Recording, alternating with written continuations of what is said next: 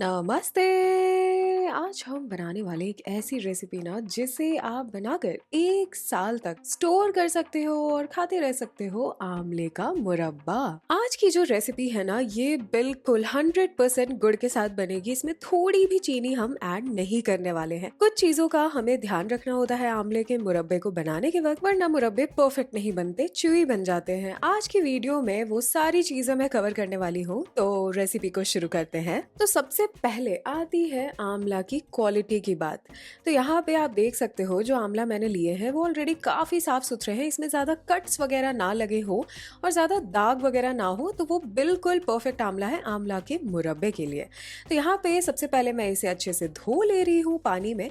1-2 बार आप पानी से इसे ज़रूर धो लेना, बहुत इंपॉर्टेंट है ये।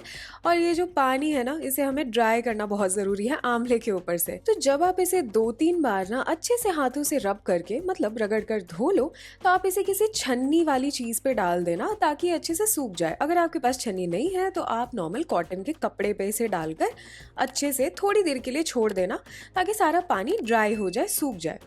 और आप इसे ना जब लास्ट में यूज़ करने पे आ जाओगे, जब ये सूख जाएगा, तब भी हम सेफ साइड के लिए यहाँ पे एक सूखे कपड़े से इसे थोड़ा सा पोंछ लेते हैं ताकि अच्छे तरीके से सारे आंवले बिल्कुल ड्राई हो बाहर के साइड से। अब यहाँ पे आप देख सकते हो बिल्कुल सूखे हैं ये आंवले। अब हम आगे बढ़ते हैं रेसिपी में। तो यहाँ पे मैंने स्टीमर को लगा दिया है। स्टीमर को आपको गर्मा गर्म रखना है बिल्कुल। तो इसमें मैंने थोड़ा पानी डाला है नीचे, थोड़ा नहीं, अच्छा खासा पानी डाला है नीचे। बस ये प्लेट की सतह को वो पानी छुए ना, इतना पानी ऐड करना है। स्टीमर में आप थोड़ा सा वेट करना, जब तक भाप अच्छे से ना बने आप आंवले को नहीं डालोगे। जब अच्छे से इसमें भाप बनना शुरू हो जाए तभी हम आंवले को इसमें डालते हैं और फिर आपको इस प्लेट पे डाल देना है आंवला को। अगर आपके पास स्टीमर नहीं है तो नॉर्मल किसी भी कढ़ाई या फिर पतीले में पानी थोड़ा भरकर नीचे की तरफ एक स्टैंड लगा देना और उसके ऊपर आप छन्नी या फिर प्लेट में आंवले को रख के स्टीम कर सकते हो। अब यहाँ पे ना बिल्कुल तेज आंच पे आपको स्टीमर को रखना है, जिस भी चीज़ में आप स्टीम कर रहे हो, और सिर्फ 10 मिनट के लिए आंवले को स्टीम करना है। 10 मिनट के बाद जब आप इसे खोलोगे तो आप देखोगे बिल्कुल परफेक्टली सारे आंवला स्टीम हो चुके हैं, अंदर तक पक चुके हैं। तो मैं यहाँ पे चूल्हे को बंद करूँगी और फिर एक कांटे के चम्मच की मदद से यहाँ पे आंवले को बाहर निकाल लूँगी। अब आंवले को मैं दोबारा एक छन्नी वाली चीज़ पे निकाल रही हूँ। आप नॉर्मल एक प्लेट में भी निकाल सकते हो, लेकिन थोड़ी देर के लिए ना एक्चुअली इस आंवले को हमें रखना होता है पंखे में या फिर धूप में, जैसी आपकी मर्जी। ज़्यादा देर नहीं, सिर्फ आधा घंटा, ताकि थोड़ा बहुत पानी जो स्टीम की वजह से ऊपर आया है वो ड्राई अप हो जाए और ये ठंडा भी हो जाए। सबसे इम्पॉर्टेंट है इसका ठंडा होना। यहाँ पे आंवले को ना बराबर सिर्फ और सिर्फ 10 मिनट के लिए ही स्टीम करोगे, ना ज़्यादा ना कम। ये बहुत इंपॉर्टेंट है, नहीं तो आंवले का हलवा भी बन सकता है। इसलिए बहुत इंपॉर्टेंट है कि आप सिर्फ 10 मिनट के लिए स्टीम करो आंवले को।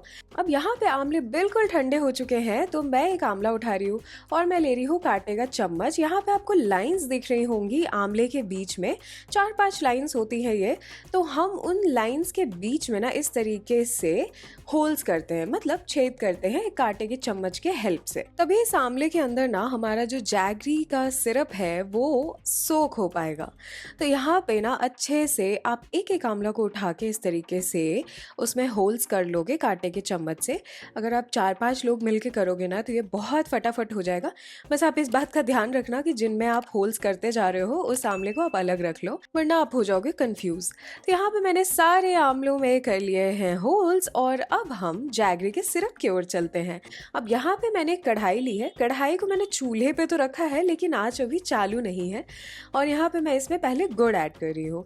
गुड़ ऐड करने के बाद हल्का सा मैं इसे मिला रही हूँ और फिर मैंने इसकी आँच को ना चालू कर दिया था ताकि गुड़ अच्छे से पिघल सके। यहाँ पे आप चाहो तो 1-2 चम्मच पानी ऐड कर सकते हो अगर आपको लगे ऐसा कि आपका गुड़ बहुत ज़्यादा चिपक रहा है। गुड़ की क्वालिटी बहुत इंपॉर्टेंट होती है आंवले के मुरब्बे को बनाने के लिए। आप जो भी गुड़ लो वो बहुत ज़्यादा हार्ड नहीं होना चाहिए, थोड़ा सॉफ्ट होगा तो वो परफेक्ट गुड़ होता है आंवले के इस मुरब्बे को बनाने के लिए। गुड़ में कई बार बहुत ज़्यादा गंदगी भी होती है, तो यहाँ पे जब आप गुड़ को पिघलाओ और अगर आपको लगे कि गुड़ में कुछ छोटे छोटे कण हैं, अशुद्धियाँ हैं, तो आप पिघलने के बाद इस गुड़ को ना अच्छे से छान सकते हो। तो उस गुड़ में आपको थोड़ा बहुत पानी ऐड जरूर करना पड़ेगा, ज्यादा नहीं, 3-4 चम्मच। इसलिए क्योंकि आप देख सकते हो गुड़ जब बिना पानी के पिघलता है तो वो कितना ज्यादा थिक होता है, तो आपको छानने में बहुत ज़्यादा प्रॉब्लम हो जाएगी, इसलिए 1-2 चम्मच आप पानी ज़रूर ऐड कर लेना। गुड़ को जब हम पिघला रहे होते हैं कढ़ाई में तो हमें इसे लगातार चलाना होता है और आँच यहाँ पे मैंने धीमी ही रखी है। आप चाहो तो मध्यम भी रख सकते हो, कोई प्रॉब्लम नहीं है। बीच में अगर आपको ऐसा लगे कि ये बहुत स्लोली हो रहा है, मतलब इसे पिघलने में बहुत ज़्यादा समय लग रहा है, तो आप आँच को मध्यम कर सकते हो और बस इस बात का आप ध्यान रखोगे कि आप इसे लगातार चलाओगे। अगर गुड़ थोड़ा भी नीचे लग गया तो इसमें कड़वाहट वाला टेस्ट आ जाएगा, जो कि हम नहीं चाहते हैं। इसलिए बहुत इंपॉर्टेंट है कि आप जब तक प्रॉपरली ये पिघल ना जाए इसे लगातार चलाओ। अब आप यहाँ देख सकते हो कि किस तरीके से गुड़ पूरी तरीके से पिघल चुका है। इसमें बिल्कुल भी लम्प्स नहीं बचे, जैगरी के पीसेस नहीं बचे। तो बस इसी वक्त हम जो आमले हैं ना उसे इसमें डाल देंगे। अब इसे करना है अच्छे तरीके से मिक्स। यहाँ पे मैंने आँच को रखा है मध्यम। मध्यम आँच पे आप अगर इसे चलाओगे लगातार तो धीरे धीरे आमला अपना जूस छोड़ना शुरू कर देगा और ये जो इतना थिक सा मिक्सचर है ना जैगरी का, मतलब गुड़ का, वो कंसिस्टेंसी में पतला होने लगेगा। तो यहाँ पे आप इसे मध्यम आंच पे लगातार इसी तरीके से चलाते रहोगे। आपको ज़्यादा मेहनत नहीं करनी, बस आप बीच में इस तरीके से करछी को लेके ना घुमाओगे भी, तब भी चारों तरफ से ये पकता चला जाएगा। अगर आपने इसे लगातार थोड़ा चलाया नहीं ना तो प्रॉब्लम बस गुड़ के चिपकने की होती है। इसलिए हम इसे थोड़ा सा कोशिश करते हैं कि लगातार चलाते हुए पकाएं। थोड़ी ही देर में आप देखोगे 10 से 15 मिनट बाद कि ये जो गुड़ की चाशनी है ये अच्छी खासी पतली भी हो गई है। ऊपर से इसमें बबल्स आ रहे हैं, उबाल आ रहा है और सबसे बड़ी बात 10 से 15 मिनट बाद ही आपको नजर आएगा ना कि इसमें एक उबाल तो उठ ही रहा है, जिसके वजह से आमले के अंदर ये चाशनी सोख हो रही है, मतलब आमले ये रस पीना शुरू कर चुके हैं। तो इसी तरीके से इस चाशनी में हमें इस मुरब्बे को पकाते जाना है। तो जब ये उबाल आ जाए ना तो मध्यम आंच पे ही आप इसे थोड़ा थोड़ा बीच में चलाते रहोगे और फिर हम यहाँ पे कुछ चीज़ें भी ऐड कर देंगे, जैसे कि काली मिर्च का पाउडर, और इसे भी हम अच्छे से मिक्स कर लेंगे। और आप यहाँ आमले की हालत देख लो, ये अच्छे से गुड़ की चाशनी को पी रहा है। तो यहाँ पे मैंने काली मिर्च का पाउडर डाला, फिर मैंने इसमें डाला है थोड़ा सा दालचीनी का पाउडर। ये ऑप्शनल है, लेकिन अगर आप डालोगे तो बहुत अच्छा टेस्ट आएगा। आप आमले के मुरब्बे को ना सिर्फ और सिर्फ इलायची पाउडर के साथ भी बना सकते हो, लेकिन काली मिर्च का पाउडर बहुत ही अच्छा होता है आपके हेल्थ के लिए, तो आप आमले के मुरब्बे में उसे ज़रूर डालना। और यहाँ पे मैं आपको आमले की हालत फिर से दिखा रही हूँ कि किस तरीके से ये चाशनी को सोक करता जा रहा है। बस इसी तरीके से हम इसे पकाते जाएंगे चाशनी में। चाशनी क्योंकि अब थोड़ी पतली हो चुकी है तो आप इसे बीच बीच में छोड़ भी सकते हो 1-2 मिनट के लिए, और फिर आप इसे बीच बीच में चलाना भी, ये नहीं कि आपने पूरा ही छोड़ दिया।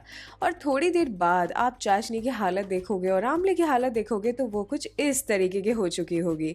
चाशनी कितनी ज़्यादा गाढ़ी और कलरफुल हो चुकी है वो तो आपको दिख ही रहा होगा। आप जब आमले को इसमें ऐड करते हो चाशनी में, तो चाशनी पहले उबाल आके पतली होती है और फिर दोबारा से वो गाढ़ी होना शुरू होती है। बस जो सेकंड बार वो गाढ़ी हो रही है उस वक्त हम आँच को कर देते हैं बंद। आप इसे ज़्यादा नहीं पकाओगे। अगर आपने इसे बहुत ज़्यादा पका दिया तो आपके आमला ना च्यूई हो जाएंगे, मतलब वो चबाने में बहुत ही टाइट लगेंगे या फिर रबर जैसे लगेंगे। तो ये बहुत इंपॉर्टेंट है कि चाशनी जब दोबारा गाढ़ी हो जाती है तो हम आमले को तुरंत चूल्हे से उतार ले, वरना आपका मुरब्बा अच्छा नहीं बनेगा। तो यहाँ पे ना इसे हमें थोड़ा सा ठंडा करना है, बहुत ज्यादा नहीं, लेकिन थोड़ा ठंडा हमें इसे करना होता है। आप देखोगे जैसे जैसे ये ठंडा होता है ना तो इसकी चाशनी और गाढ़ी होनी शुरू हो जाती है। तो इसलिए हम इसे हल्के गर्माहट वाले टेम्परेचर पे ही दूसरे बोल या बर्तन में ट्रांसफर कर देते हैं। मैं इसे लगातार चलाते हुए थोड़ा सा ठंडा करती हूँ और फिर मैं इसे एक दूसरे बोल में ट्रांसफर कर रही हूँ। सबसे पहले आप आमलों को ना करछी से निकाल लेना और फिर आप चाशनी को उसके ऊपर डाल देना, तो आपको बहुत आसानी होगी इसे ट्रांसफ़र करने में, क्योंकि ये हल्का सा तो गर्म है तो कहीं आपका हाथ ना जल जाए। इसलिए बहुत इंपॉर्टेंट है कि आप इस तरीके से इसे ट्रांसफ़र करो दूसरे बर्तन में। अब यहाँ पे इस बर्तन में रखने के बाद हम इसे प्रॉपरली ढक देते हैं, ठीक है। किसी भी एक भारी प्लेट से आप इसे ढक दो और फिर 2 दिन के लिए आप इस आमले को दे दोगे रेस्ट। जी हाँ, 2 दिन का इंतजार आपको करना पड़ेगा। और यहाँ यहाँ पे आप देख सकते हो कि मैंने जो प्लेट ली है उस पे बिल्कुल भी पानी नहीं है, उस पे कोई धूल मिट्टी नहीं है और उसे अच्छे तरीके से ढक के साइड कर दिया है मैंने।